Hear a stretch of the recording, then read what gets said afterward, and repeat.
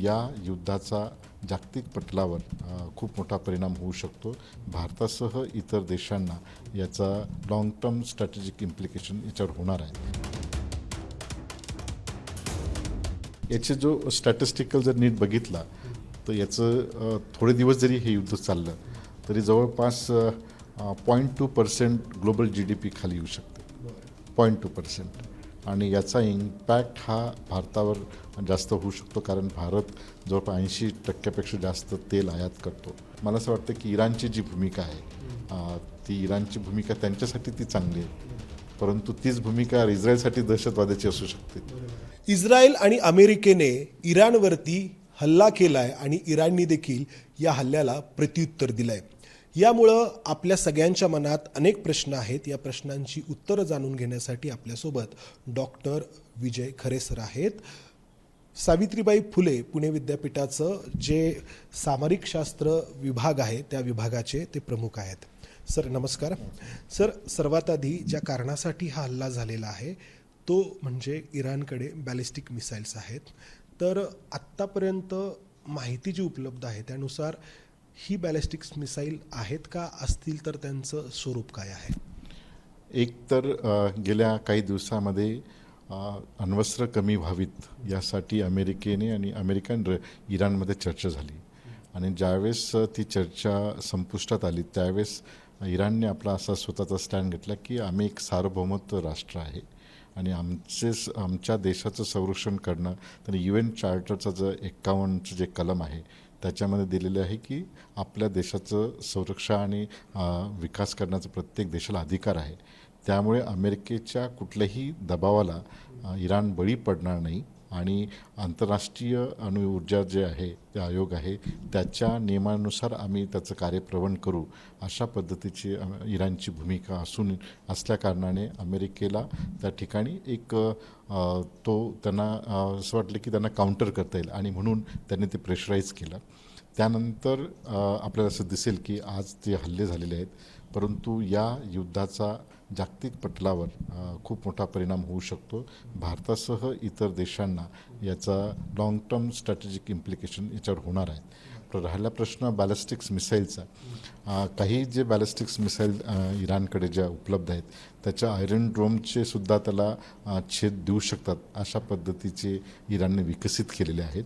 आणि आण्विक याच्यामध्ये जरी जागतिक पटलावर इराण सांगतं की आम्ही तशा पद्धतीचे आण्विक शस्त्र तयार करू शकणार नाही, परंतु सध्या ज्या पद्धतीने अमेरिकेने म्हणजे गेल्या काही दिवसापासून जी आपली लष्करी शक्ती अमेरिकेच्या स्ट्रॅटेजिक बेसिसवर केलेली आहे, विशेषतः एअरक्राफ्ट कॅरियर जे आहे त्यांचा अब्राहम लिंकनसह इतर जे आहेत ते त्या ठिकाणी आणून ठेवलेले, म्हणजे काही तर जे शिप्स आहेत किंवा जहाज आहेत, लढाऊ जहाज आहेत, ते 700 ते 800 किलोमीटरच्या अंतरावर इराणच्या इथे त्या ठिकाणी केलेले, भोवताली आणून ठेवलेले. आणि त्यामुळे आज असं स्थिती आहे की नेमकं हे युद्ध कुठल्या याच्यावर जाणार. एक जग हे तिसऱ्या महायुद्धाकडे जातो की हे लिमिटेड त्या ठिकाणी वॉर होतं. आपल्याला गेल्या वर्षामध्ये हाच प्रश्न आहे की सातत्याने असं एक बोललं जातं किंवा अशी संज्ञा वापरली जाते की इस्लामिक स्टेट्स, इस्लामिक राज्य ही एकत्रित येऊ शकतात इस्रायलच्या विरोधामध्ये. असं कधी आपण इतिहासामध्ये तर घडलेलं पाहिलं नाही. आत्ता हे घडू शकतं का? आणि त्यामुळंच पुढचा प्रश्न की मग हा जो संघर्ष आहे आत्ता जो सुरू झाला आहे तो कुठपर्यंत जाऊ शकतो? खरं म्हणजे आपण मध्यंतरी जसं युरोपियन युनियन आणि अमेरिकेचं नाटो आहे, परंतु जेव्हा प्रत्यक्ष स्ट्रॅटेजिक इंटरेस्ट येतात त्या ठिकाणी आपली भूमिका वेगळी होतं. तसंच या ठिकाणी इस्लामिक नाटो असे व्हावी किंवा तशा पद्धतीचे काही प्रयत्न पाकिस्तानसह इतर देश करण्याचा प्रयत्न करतात, परंतु यांचे सामरिक आणि आर्थिक हित अमेरिकेसह इतर देशांशी आहेत. त्यामुळे प्रत्येक देश आपलं राष्ट्रीय हित सर्वात महत्त्वाचं आहे. म्हणजे तुम्ही जर सौदी अरेबियाला आज विचारलं तर सौदी अरेबिया असेल, कतार असेल, ओमान असेल किंवा इतर UAE असेल, या ठिकाणी संपूर्ण अमेरिकेचे लष्करी बेसेस आहेत. आणि ते लष्करी बेसेस असल्या कारणाने केवळ लष्करी बेसेस नाहीत तर अमेरिकेकडून येणारे जे काही साधनसामुग्री आहे ती साधनसामुग्रीवर असणारे हे देश असल्या कारणाने यांचा सेफ फार महत्त्वाचा आहे. आणि म्हणून अमेरिकन किंवा मुस्लिम नाटो किंवा अशा पद्धतीचं इस्लामिक नाटो अशा पद्धतीची संकल्पना कार्यरत जरी झाली तरी प्रत्यक्षात युद्धामध्ये मात्र तशी होणार नाही. आणि आपण हे हमासच्या याच्या म्हणजे 70,000पेक्षा जास्त त्या ठिकाणी पॅलेस्टाईन आणि हमासमध्ये नागरिक मृत्युमुखी पडल्यानंतरही कुठलाही आवाज मुस्लिम देशांकडनं त्या ठिकाणी आलेलं नाही. तर आणि इराणचं जे सांस्कृतिक आहे म्हणजे शिया मुस्लिम्स आहेत, मुळात शिया मुस्लिमांचं प्रमाण तसं वेगळं आहे, जे सुन्नी मुस्लिमांचं जास्त आहे. आणि म्हणून शिया सुन्नी हा मुस्लिमांमध्ये शिया अल्पसंख्याक आहेत एका अर्थाने, इराण अल्पसंख्याक. इराणच्या याच्यामध्ये लेबनान नंतर इराण हे जे आहे ते शिया पंथीय आहेत. आणि त्या ठिकाणी म्हणून तुम्हाला असं दिसेल की लेबनानमध्ये हिजबुल्ला असेल, सिरियामध्ये हुती असेल, त्यानंतर अजून एक गट आहे, ही जी आहेत ही शिया प्रणित असणारी ती विचारधारणेवर आहेत. आणि मुळात काही देशांना, इस्लामिक देशांना इराण प्रगत व्हावा यासाठी त्यांची कुठली इच्छा नाही. त्यामुळे इस्लामिक हा एक त्याचा एक वेगळा दुसरं की अमेरिकेच्या कह्यात आहेत अनेक राष्ट्र आणि जे बरेचसे आहेत जे सुन्नी देश आहेत हे अमेरिकेच्या कह्यात आहेत. विशेषतः पाकिस्तान असेल, आज सौदी अरेबिया असेल, ही जी मध्य आशियात किंवा वेस्ट, ज्याला आपण वेस्ट एशिया म्हणतो, ही सर्व देश आपल्या याच्यात स्ट्रॅटेजिक हे करून आपल्या आंतरराष्ट्रीय पटलावर आपला व्हॉइस रेज करण्याचा प्रयत्न करतात. परंतु या सर्व देशांच्या काही मर्यादा आहेत. त्याच्यामुळं या सगळ्या संघर्षाला इस्लामिक राष्ट्र विरुद्ध इतर असं काही स्वरूप असं अजिबात होण्याचे काही कारण नाही. कारण मुळात इराण हा शिया धर्मीय असल्या कारणाने त्यांना सपोर्ट तशा पद्धतीचं मिळणार नाही. आता या ठिकाणी दोन गोष्टी आहेत. इथे रशियाची भूमिका कशी असणार आहे, कारण भारताने अमेरिकेसोबत आणि इस्रायलसोबत स्ट्रॅटेजिक जास्त हे केल्यामुळे रशियाचा कशा पद्धतीने बघतो आपल्याकडे, हा एक भाग. दुसरा, कारण रशियाकडनं आपण तेल पण आयात करण्याचं काही दिवसांचं बंद होणार आहे. त्यामुळे रशियाही आपल्यापासून नाराज होता कामा नये, त्यासाठी भारत सरकार प्रयत्न करतो आहे. आणि दुसरीकडे चीन असेल आणि नॉर्थ कोरिया असेल, कारण शेवटी ज्याला रोग स्टेट म्हणतो आम्ही आमच्या संकल्पनेमध्ये, तर 3 असे रोग स्टेट वाटतात, ज्याच्यामध्ये नॉर्थ कोरिया आहे, इराण आहे किंवा चीन आहे, म्हणजे ज्याला आपण हे करतो, किंवा ही जी आंतरराष्ट्रीय पटलावर 5 अशी अण्वस्त्रधारी राष्ट्र आहे की ज्यांना युनायटेड नेशनने मान्यता दिलेली आहे. परंतु देर आर अदर स्टेट ज्यांच्याकडे आण्विक शस्त्र विकसित होऊ शकतात, करू शकतात. त्याच्यामध्ये इस्रायलसुद्धा आहे, त्याच्यामध्ये इराण आहे, त्याच्यामध्ये सौदी अरेबिया आहेत. अशी जी देश आहेत यांच्याकडे तशी शक्ती आहे. आणि म्हणून अण्वस्त्रांचा वापर भविष्यात होऊ शकेल. म्हणजे जपानसारखा देशसुद्धा आता त्याची अण्वस्त्र भट्टी सुरू करण्याचा प्रयत्न करतो आहे. म्हणून जागतिक पटलावर आता जसं कोल्ड शीतयुद्धाच्या कालखंडामध्ये लष्करी शक्ती हीच आपल्या राष्ट्राची सार्वभौमत्व टिकवण्यासाठीचं महत्त्वाचं आहे. आणि म्हणून सर्व देश लष्करी शक्तीकडे आणि अण्वस्त्राच्या शक्तीकडे जात होतं. तशी परिस्थिती पुन्हा 21व्या शतकाच्या 25 वर्ष विरोधाभास म्हणावा लागेल की मार्केट ओरिएंटेड सगळ्या गोष्टी असताना पुन्हा एकदा पहिल्या आणि दुसऱ्या महायुद्धाप्रमाणे लष्कराचं महत्त्व किंवा प्राबल्य एकूणच रणनीतीमध्ये, परराष्ट्र धोरणामध्ये वाढताना दिसते. सर, पुढचा महत्त्वाचा प्रश्न, काही दिवसांपूर्वीच म्हणजे आत्ताच भारताचे पंतप्रधान नरेंद्र मोदी हे इस्रायलमध्ये होते आणि त्यानंतर इस्रायलकडून हे हल्ले होत आहेत. तर मोदींच्या या दौऱ्याचा आणि या इस्रायलच्या हल्ल्यांचा काही संबंध लावला जाऊ शकतो का? याच्यात फेब्रुवारी 2026मध्ये इस्रायलच्या राष्ट्राध्यक्षाने एक हेक्झागॉन सिक्युरिटी फ्रेमवर्क असं एक पॉलिसी म्हणजे पुढे आणलेली आहे. जसं अमेरिकेने चीनला काउंटर करण्यासाठी कॉड असेल, तसं म्हणजे कॉडमध्ये भारत असेल, इस्रायल असेल, ऑस्ट्रेलिया असेल, UK असेल, हे यांनी काउंटर करायचं चीनला, जे इंडो पॅसिफिकमध्ये. तशाच पद्धतीचं काउंटर इस्रायलने करण्यासाठी हेक्झागॉन सिक्युरिटी फ्रेमवर्क आणलं, ज्याच्यामध्ये भारतासह सायप्रस असेल, त्याचबरोबर इतर देश असतील, इस्रायल स्वतः असेल, ग्रीस असेल, या देशांना एकत्र येऊन हेक्झागॉन सिक्युरिटी फ्रेमवर्कद्वारे एक प्रकारे इराणची जी लष्करी शक्ती, त्याला तर काउंटर करायचंच, परंतु संपूर्ण वेस्ट एशियामध्ये इस्रायलचं एक रिजनल पॉवर तयार करण्याचा प्रयत्न त्या ठिकाणी होत आहे. आणि याच्या बदल्यात भारताला त्यांनी टेक्नॉलॉजी ट्रान्सफर जे आहेत, म्हणजे ज्या ठिकाणी आपल्याला ड्रोनसह इतर जी आधुनिक टेक्नॉलॉजी आहे ती टेक्नॉलॉजी देण्याचं मान्य केलेलं आहे आणि जवळ $20.5 अब्ज एवढी आपली त्या ठिकाणी जी आयात होते आहे ती अधिक वाढण्याची आणि क्रिटिकल टेक्नॉलॉजी आहे.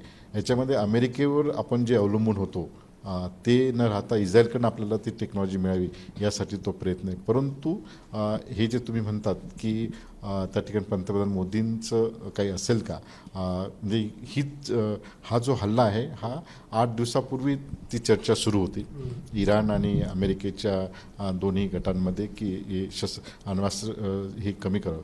परंतु आता इस्रायलची नवीन मागणी त्या ठिकाणी आहे. इस्रायलची मागणी आहे की केवळ इराणने अण्वस्त्र हे थांबवू नये, त्यांचे बॅलिस्टिक मिसाईलचे जे प्रोग्राम आहेत ते सुद्धा थांबवावे.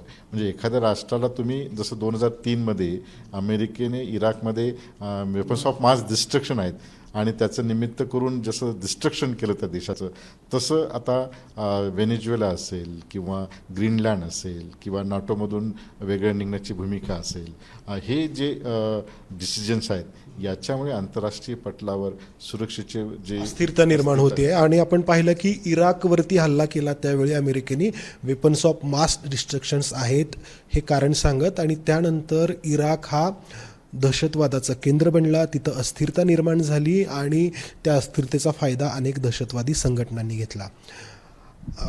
मोदींचा जो प्रश्न होता, ठीक आहे, खूप संवेदनशील प्रश्न आहे की मोदी तिथं जाणं, पण इस्रायल आणि इराण यांच्यामध्ये कोणा एकाची निवड भारत असा करू शकतो का? कारण आंतरराष्ट्रीय पातळीवरचं राजकारण किंवा आंतरराष्ट्रीय पातळीवरचं धोरण हे असं नाही ठरत की हा माझा आणि हा तुझा, बरोबर सर? आणि इराण सोडून आपण इस्रायलला स्वीकारणं किंवा इस्रायल सोडून इराणला स्वीकारणं असं काही होत नसतंय. तर काय करावं लागेल? कारण इराणसोबत देखील अनेक वर्षांपासूनचे सांस्कृतिक संबंध आहेत, आर्थिक संबंध आहेत. खरं म्हणजे भारत इराण आणि भारत इस्रायल, भारताने 90च्या नंतर इस्रायलला मान्यता दिलेली आहे आणि नंतर 90 नंतर आपण त्यांच्याशी सामरिक करार करतो आहे. त्याच्या अगोदर म्हणजे काय जवळपास मध्य कालखंडापासून आत्तापर्यंत भारत आणि इराणचे सांस्कृतिक त्या ठिकाणी सामरिक संबंध आहेत. आणि दुसरं सर्वात महत्त्वाचं की आंतरराष्ट्रीय याच्यामध्ये परराष्ट्र धोरणामध्ये प्रत्येक देशाची एक स्ट्रॅटेजिक ॲटॉनॉमी असते. तर आपण शक्यता आपली स्ट्रॅटेजिक ॲटॉनॉमी मेंटेन करून आपले आर्थिक हितसंबंध जे आहेत ते त्याला नुकसान होणार नाही यासाठी संपूर्ण यंत्रणा कार्यरत आहे. आणि मला असं वाटतं की आपल्याला असं एक होऊन चालणार नाही, कारण भारताकडे 140 कोटी लोकसंख्या असणाऱ्या देशाकडे संपूर्ण जगाचं लक्ष आहे की आपली भूमिका आहे. आणि म्हणून आपण जागतिक पटलावर शांतता आणि सुरक्षितता प्रस्थापित कशी व्हावी यासाठी त्या उद्देशाने आपण प्रयत्न करणार आहोत. आणि म्हणून एका देशाकडे आपला कल पेंडुलम जाणार नाही. पण आपलं मोदींनी जे काही तिथं जाणं आणि त्यानंतर हल्ले होणं याचा संबंध तर जोडला जातो निश्चितच. म्हणजे त्याच्यामध्ये तो संबंध जरी जोडला गेला असेल, परंतु त्याची इम्प्लिकेशन होणार नाही. त्याचं कारण असं आहे की मोदी जाण्याच्या अगोदर, मोदी साहेब जाण्याच्या अगोदर त्या ठिकाणी दोन्ही राष्ट्रांमधली चर्चा फिसकटली आणि त्याचे हे परिणाम आहेत. त्याच्यामुळे याचं त्याचं. तर आता या हल्ल्यांचा परिणाम इतर जगावरती काय होऊ शकतो, भारतावरती काय होऊ शकतो? खास करून जे क्रूड ऑइलच्या किमती वाढतात आणि त्यामुळं पेट्रोल आणि डिझेल मागण्याची एक भीती निर्माण होते. तर असं काय होऊ शकतं? याचा परिणाम कुठल्या कुठल्या प्रदेशांवरती होऊ शकतो जे व्यापारी मार्ग आहेत? याचे जो स्टॅटिस्टिकल जर नीट बघितला तर याचं थोडे दिवस जरी हे युद्ध चाललं तरी जवळपास 0.2% ग्लोबल GDP खाली येऊ शकते. 0.2%. आणि याचा इम्पॅक्ट हा भारतावर जास्त होऊ शकतो, कारण भारत जवळपास 80% जास्त तेल आयात करतो. इराणकडे जी होर्मुझची जी समुद्रधुनी आहे ती जर ब्लॉक केली तर संपूर्ण आयात जी आहे ती आयात जर थांबली तर जे म्हणजे आता साधारण बॅरल साधारण 70 ते 80 प्रति क्रूड ऑइल डॉलर एवढे ते क्रूड ऑइलचे एक बॅरल मिळतं. ते 100चे जवळपास 130पेक्षा जाऊ शकतं. आणि ते जर गेलं तर तुम्ही विचार करू शकता की जर $130 पर बॅरल जर त्याचा जर रेट झाला, दुप्पट जर झाला, तर भारताची आज इकॉनॉमी जी आहे ही कशा पद्धतीची त्याला सेटबॅक मिळू शकतो. आणि म्हणून केवळ तेलच नाही तर इतर जे गोष्टी आहेत याच्यावर त्याचा मोठा परिणाम होणार आहे. आणि म्हणून या होर्मुझच्या सामुद्रधुनीतून तेलाची वाहतूक मोठ्या प्रमाणात होते भारतामध्ये इतरही देशांना आणि ते फक्त इराणमधून नाही तर इतरही याच्यातून होतच आहे. आणि म्हणून त्याचं सामरिक आणि त्याचं कंट्रोल त्यांच्याकडे आहे.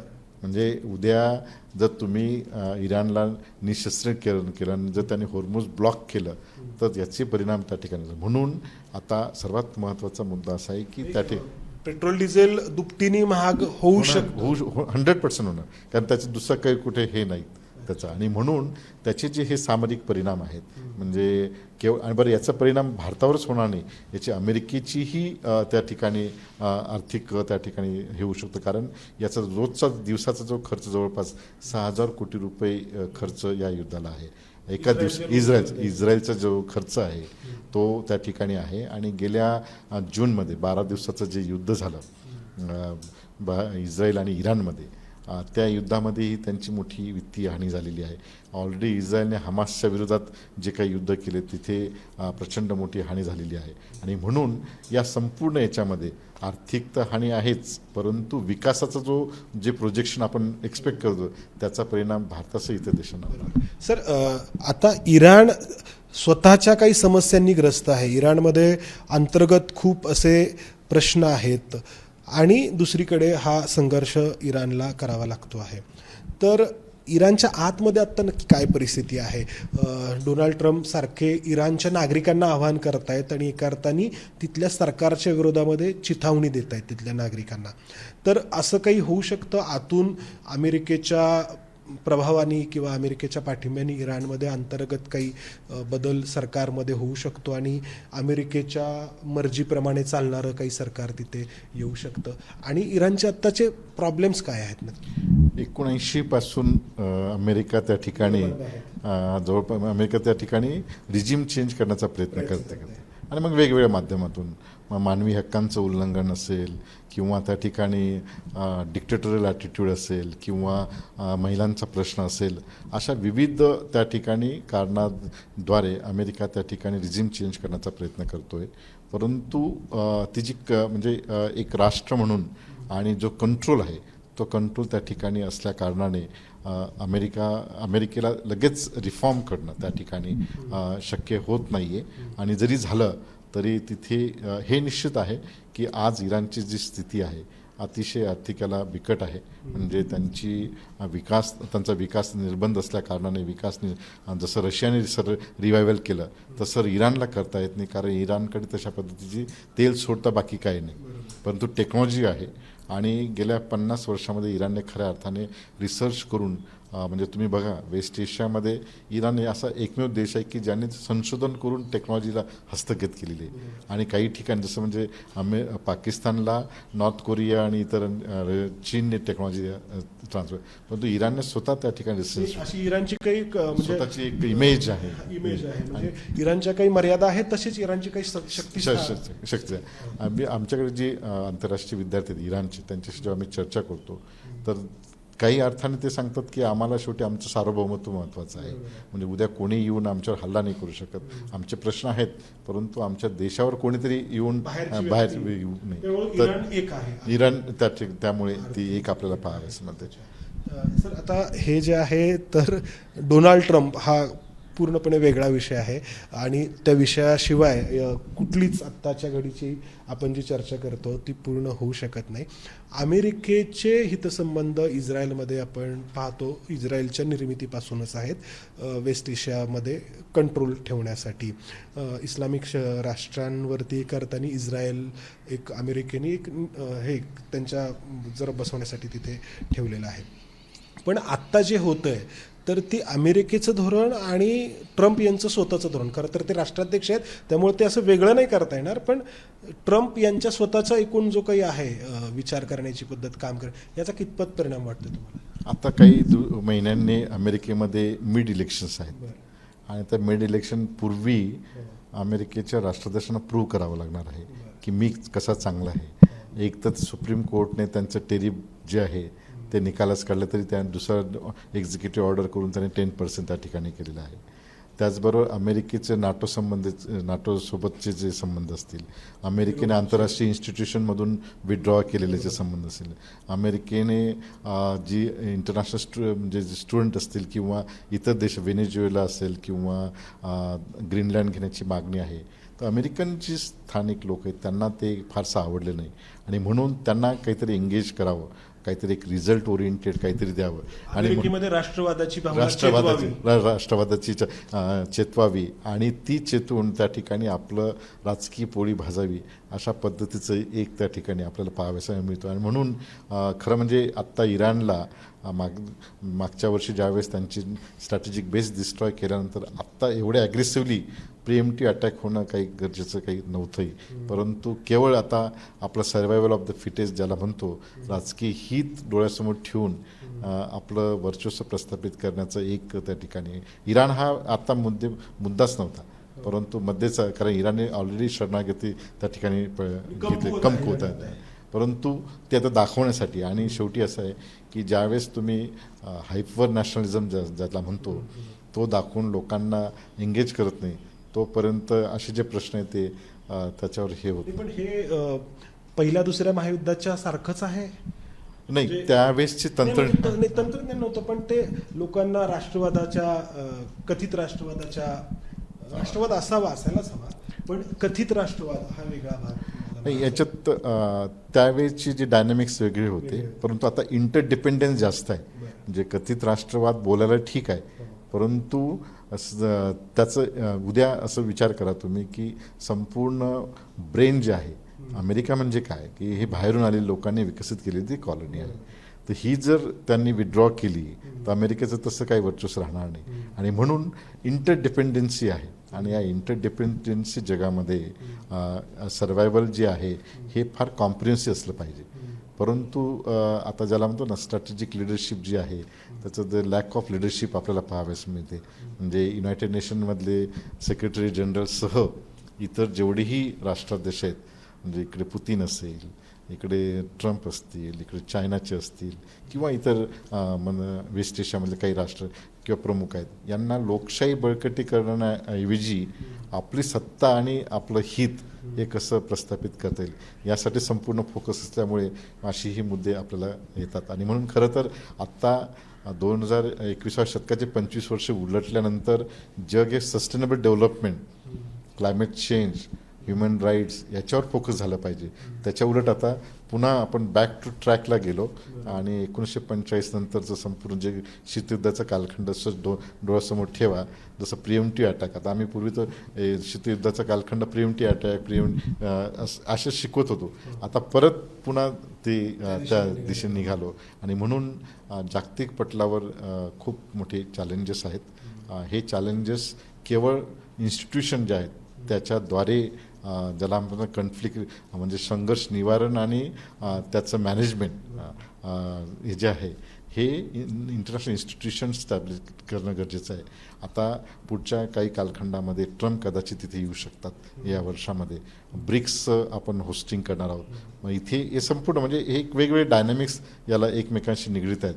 आणि म्हणून संपूर्ण जे प्रश्न आहेत हे वेगळ्या या सुरक्षेच्या चौकटीतून जर बघितलं तर आपल्याला असं दिसेल की याला एक सस्टेनेबल ज्याला म्हणजे डेव्हलपमेंट आहे, ही डेव्हलपमेंट होत असताना प्रत्येक देश आपला हित जोपासण्याचं काम करतो. आणि त्याच्यासाठी मला असं वाटतं की इराणची जी भूमिका आहे ती इराणची भूमिका त्यांच्यासाठी ती चांगली आहे, परंतु तीच भूमिका इस्रायलसाठी दहशतवादाची असू शकते.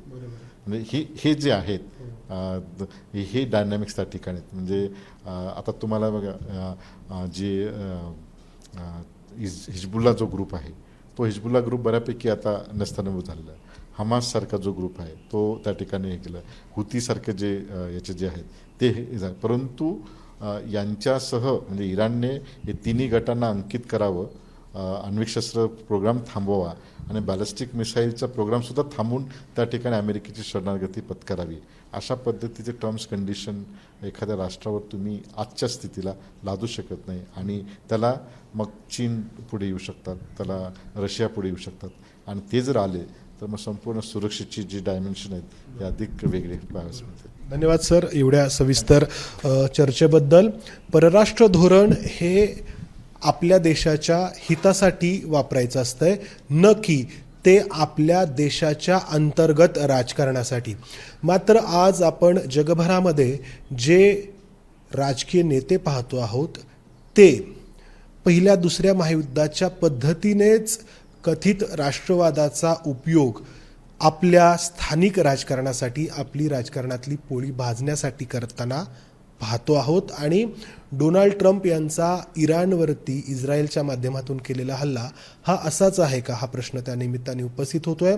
अमेरिकेमध्ये जे काही घडलं गेल्या काही दिवसांमध्ये त्यावरून नजर हटवण्यासाठी आणि अमेरिकेमध्ये कथित राष्ट्रवादाची भावना चेतवण्यासाठी. मात्र याचा दुष्परिणाम जो जगावरती व्हायचा आहे तो होऊ शकतो. हा संघर्ष जर आणखी असाच लांबला तर जगाच्या अर्थव्यवस्थेला तो बाधित करू शकतो. भारतामध्ये पेट्रोल आणि डिझेल यांच्या किमती मोठ्या प्रमाणात दुपटीच्या प्रमाणामध्ये देखील वाढू शकतात. कारण जगभरामध्येच आपण पाहतो आहोत अशा सामर्थ्यशील नेतृत्वाचा अभाव आहे जो सर्वांचा विचार करू शकेल. कॅमेरामन राजेश बिडकरसह मंदार गुंजारी, एबीपी माझा, पुणे. एबीपी माझा, उघडा डोळे बघा नीट.